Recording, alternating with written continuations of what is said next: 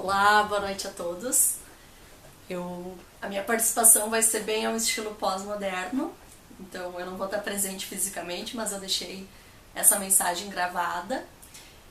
A ideia, então, é que eu possa falar um pouquinho sobre o pós-estruturalismo, uma perspectiva mais teórica da discussão, e eu vou começar falando um pouquinho da diferença entre o pós-estruturalismo e o pós-modernismo. Então, numa abordagem mais direta, o pós-estruturalismo tem como objeto teórico o estruturalismo e o pós-modernismo, por sua vez, tem como objeto teórico o modernismo. Embora esses dois termos eles estejam muito entrelaçados na atualidade, até sejam utilizados como sinônimos, eles têm uma perspectiva teórica diferente, mais uma perspectiva genealógica e histórica. Então, qual a diferença entre uma coisa e outra? Então, para falar sobre isso, a primeira coisa que a gente tem que relembrar é o que significa o termo moderno, o que se refere ao termo moderno, né? Então, retomando até um pouco do que os colegas já apresentaram, o moderno refere-se à ideia do novo, né? Que teoricamente o novo é melhor do que o velho. O movimento modernista, então, ele teve origem lá no movimento artístico que começou em meados do século XIX, e uma acepção filosófica histórica que surge no final da Idade Média, né, lá no contexto do Iluminismo. É uma ruptura autoconsciente com o velho, com o clássico, com o tradicional. Tem uma ênfase concomitante no novo e no presente. O modernismo, então, só relembrando, tem seus ícones em Bacon, na Inglaterra, e em Descartes, na França. Na filosofia, o modernismo ele atinge seu auge, né, com Immanuel Kant, que acredita no progresso a partir do conhecimento. Então, ele acredita que os avanços científicos, né, eles vão acontecer a partir do conhecimento, do desenvolvimento do conhecimento, e a crítica é um exercício necessário para a realização da produção desse conhecimento. O pós-modernismo, então, refere-se a uma abordagem mais estética, relativa a uma transformação das artes ocorrida após o modernismo ou em reação ao modernismo. Não quer dizer que o moderno tenha sido superado, né? Tanto que hoje coexistem essas duas coisas. E também se refere a uma abordagem histórica e filosófica, ou seja, uma mudança radical no sistema de valores e práticas subjacentes à modernidade, especialmente no que se refere à arte e à arquitetura. Já o estruturalismo, ele nunca foi por ele próprio uma performance artística, né, uma estética artística. Ele surge muito mais como uma crítica literária, uma análise linguística do discurso. Então ele já vai surgir no âmago dessa discussão da linguagem. O modelo linguístico instituído por Saussure, eu até fui no Google para ver como é que se falava Saussure, e Jacobson, então Saussure e Jacobson. Para esses dois autores, a análise científica da linguagem ele se institui como um sistema de diferenças que se opõe aos pressupostos humanistas do Kant. Quais são os pressupostos humanistas? Da intencionalidade, da criatividade e da autoria. Esse é um ponto bem importante, porque é a crítica do sujeito autoconsciente, né, dotado de liberdade para fazer as suas escolhas, que tanto o estruturalismo quanto o pós-estruturalismo vão fazer a crítica. Embora muitos autores abordem o pós-modernismo como sinônimo do modernismo, eles têm uma abordagem histórica e filosófica um pouco diferentes, né? E como foi dito antes, o pós-modernismo ele tem uma expressão mais estética e artística, e o pós-estruturalismo ele vai se desenvolver mais numa perspectiva histórica e filosófica. Mas então, de onde vem o estruturalismo, né? Saussure, então, estabeleceu lá no início do século uma ciência geral dos signos, né? Ele deu ao estudo da linguagem uma conotação do estudo de um sistema de signos, né? Ele desenvolveu uma base metodológica consistente e ele estruturou uma coisa chamada semiologia, que nada mais é do que o estudo da vida, dos signos e da sociedade. Jacobson, logo em seguidinha, então integrou nos seus escritos a linguística de Saussure e também o formalismo russo, que era uma coisa que estava surgindo lá na Rússia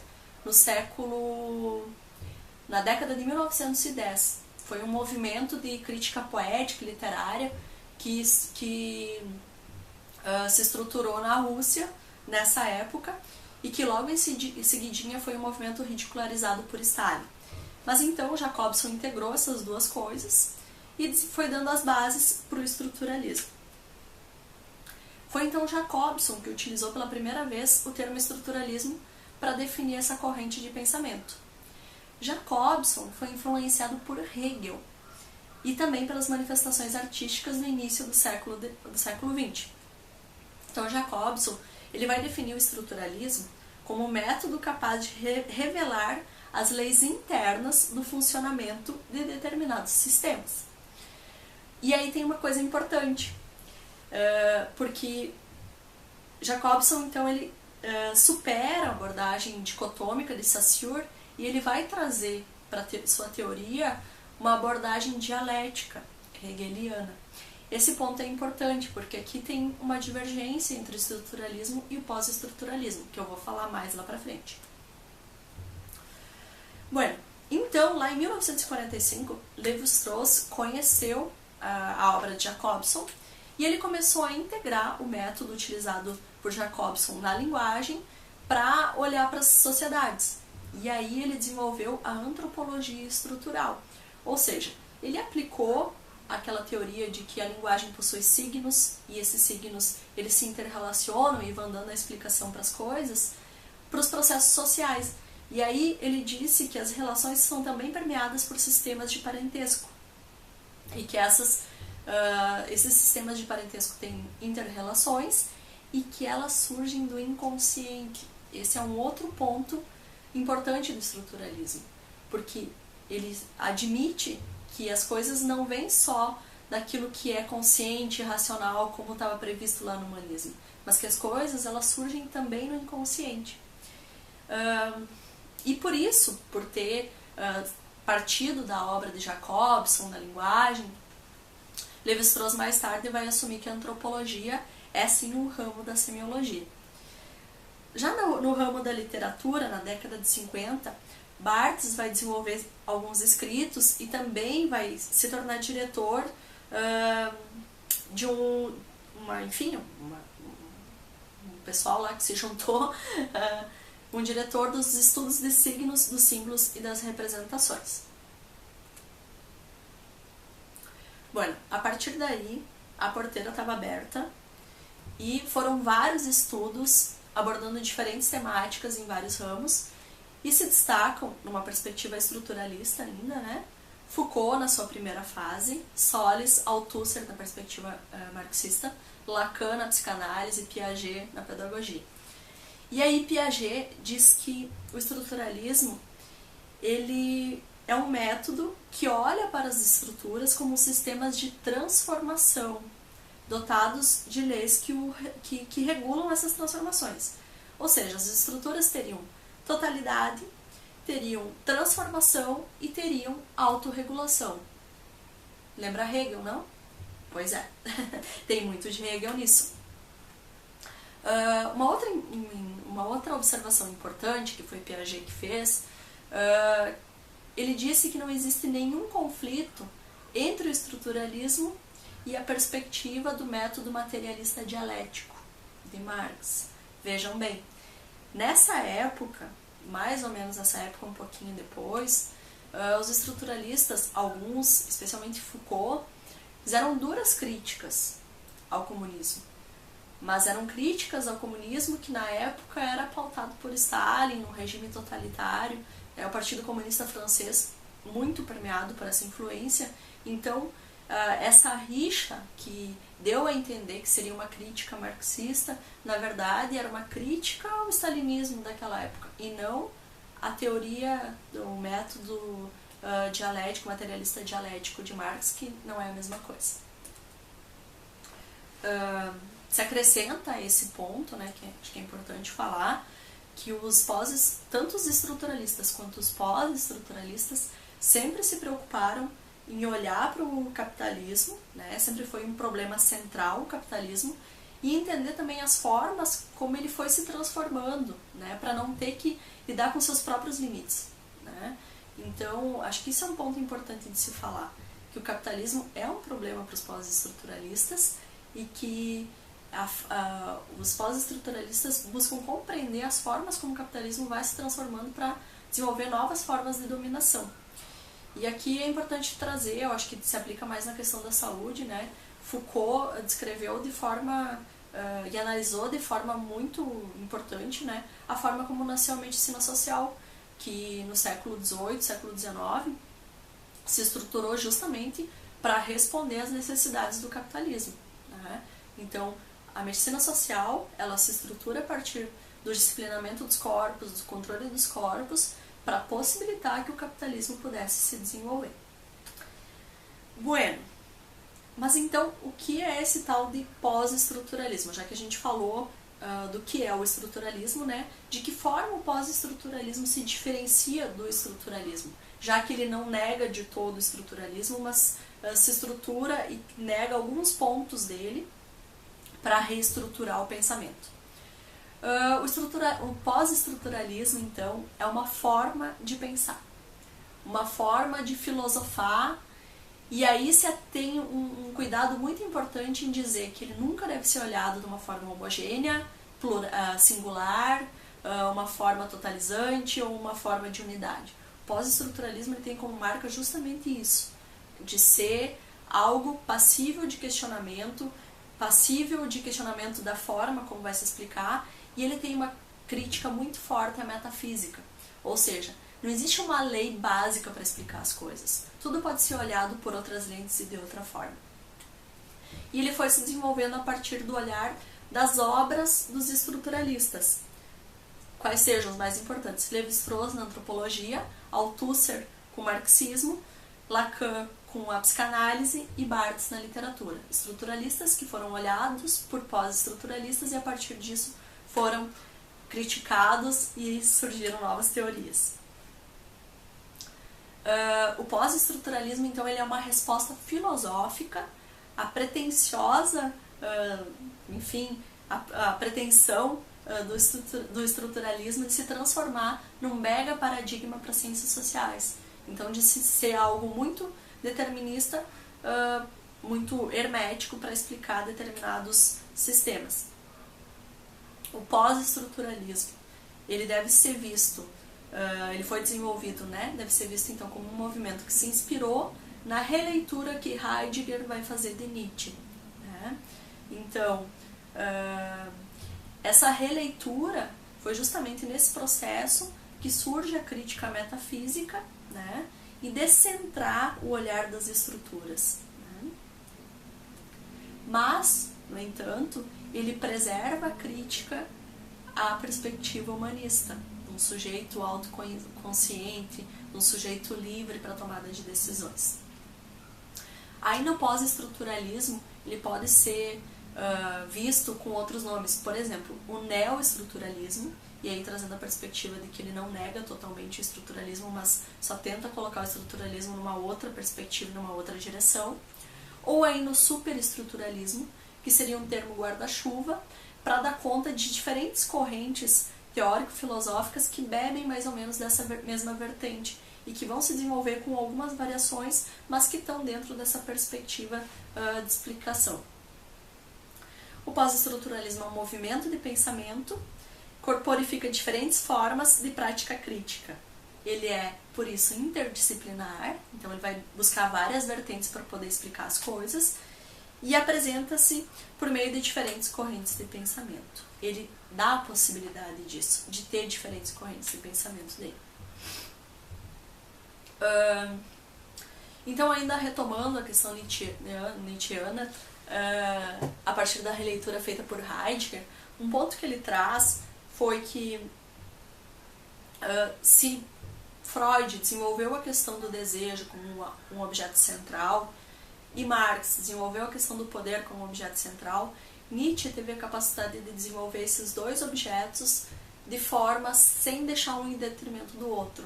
E é justamente ao abordar essas duas coisas num lugar de mesma importância que os pós-estruturalistas vão beber e vão desenvolver os seus trabalhos.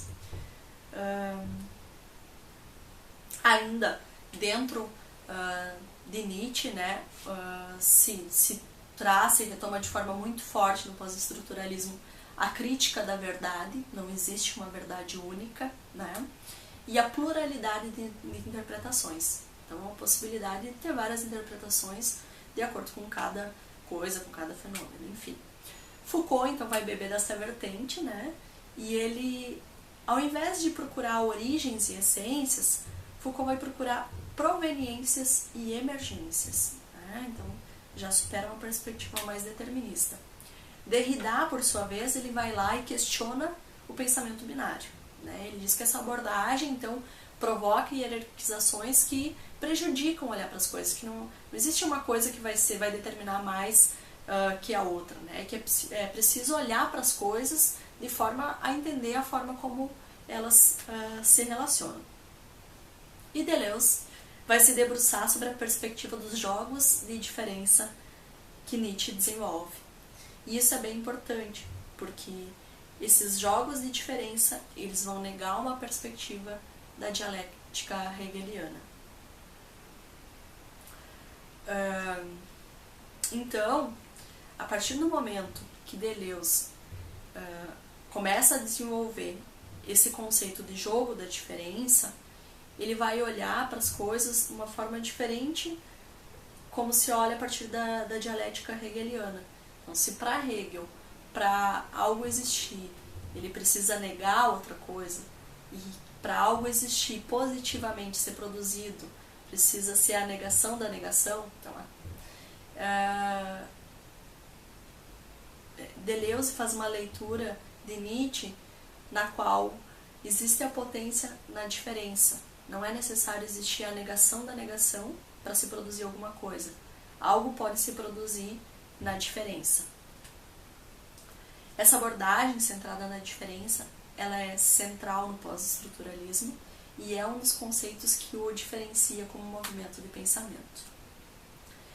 Da mesma forma, outro conceito, aí feita a releitura por Foucault, né, que é um conceito nietzschiano, vem de Nietzsche, é a analítica do poder. Então, a análise das estruturas de saber-poder, elas revelam os modos de dominação que acontecem dentro de um sistema social, né? A forma como vão se engendrando essas relações de saber-poder, elas vão demonstrando como ocorrem os processos de dominação. E esse poder, ele não é só ruim, ele não é só utilizado para oprimir. Ele também pode ser utilizado num sentido de libertação, na medida em que se constituem estruturas de saber-poder engendradas e utilizadas para tal. A partir dessas releituras e dessas discussões, os pensadores pós-estruturalistas foram desenvolvendo métodos próprios de olhar para as coisas e para os sistemas. E são exemplos desses métodos a gramatologia, a desconstrução, a arqueologia, a genealogia e a semioanálise. O pós-estruturalismo é um movimento que hoje já se encontra na sua quarta geração. A primeira e a segunda gerações foram legados dos franceses, o empreendimento francês tem suas maiores expressões em Derrida, Foucault, Lyotard e Deleuze. Mas já a terceira e a quarta geração são de pensadores, muitos deles contemporâneos, vivos ainda, produzindo, que bebem nessas vertentes, né, dos pensadores da primeira e segunda geração, mas que também imprimem na sua obra uma gama de outras coisas que agregam outras correntes de pensamento, porque o pós-estruturalismo tem essa marca de não ser algo estático, de não ser algo fechado. Então, os pensadores pós-estruturalistas de terceira e quarta geração, que são os feministas, psicanalistas, pós-colonialistas, neo-Foucaultianos, neo-deleuzianos, trazem essa marca que é a marca de um pensamento mais livre, mas que não perde de vista as questões que são as questões inerentes aos processos que estão acontecendo na sociedade hoje. Bueno, espero não ter me alongado muito. e deixo meu desejo de que vocês tenham uma boa discussão e um abraço bem apertado para os colegas. Além disso, foi um grande prazer ter compartilhado com vocês esse semestre. Eu realmente fiquei muito surpresa positivamente com o meu primeiro semestre de doutorado. Agradeço a cada colega, agradeço às professoras por todas as trocas e por ter me aberto a esse mundo da construção do conhecimento. Muito obrigada, um beijão para vocês. Tchau!